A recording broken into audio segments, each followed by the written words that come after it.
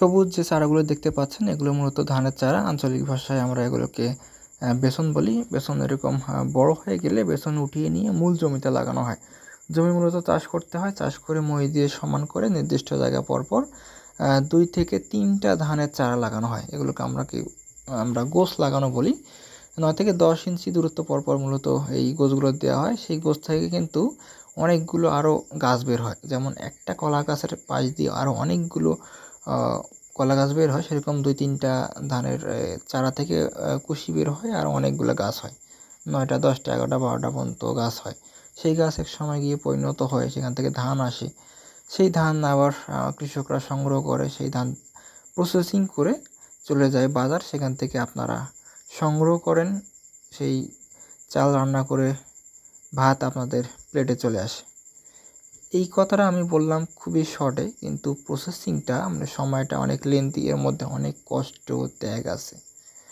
কারণ এই ধানটা লাগানোর পর কৃষকদেরকে দীর্ঘ 3.5 মাস কষ্ট করতে হয়, মেহনত করতে হয়। এরপরে মূলত কাঙ্ক্ষিত ধানটা আসে।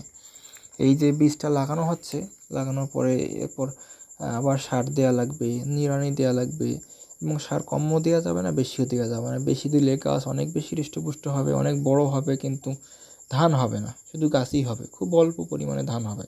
আবার যদি কম সার দেওয়া হয় তাহলে কি হবে, ধানের গাছ হবে, ধান বের হবে, কিন্তু ধানের মধ্যে চাল হবে না, চিরা পড়া বলে যেটা আমাদের দিকে আমরা ধানের শীষ বলি। শীষ মূলত মানুষ বোঝায় যে পুরো ধানটাকে, কিন্তু যে ধানের মধ্যে চাল থাকে না সেগুলোকে আমরা আঞ্চলিক ভাষায় মূলত শীষ বলি। এই যে দীর্ঘ 3.5 মাস কৃষক রোদ বৃষ্টি সব কিছু উপেক্ষা করে কাজ করে ধান ফলায়, কিন্তু কখনোই ধানের কাঙ্ক্ষিত মূল্যটা পায় না। এই যে আজকে প্রখর রোদের মধ্যে কাজ চলতেছে, পুরো সারাদিনের রোদ তাদের গায়ে শরীরের উপর দিয়ে যাবে। তারা আসছে 7টার সময়, চলে যাবে বিকেল 5টার দিকে। সারাদিনে যে তীব্র রোদ, পুরো রোদটা শরীরের উপর দিয়ে চলে যাবে। এত কষ্টের পরেও সঠিক মূল্য নেই।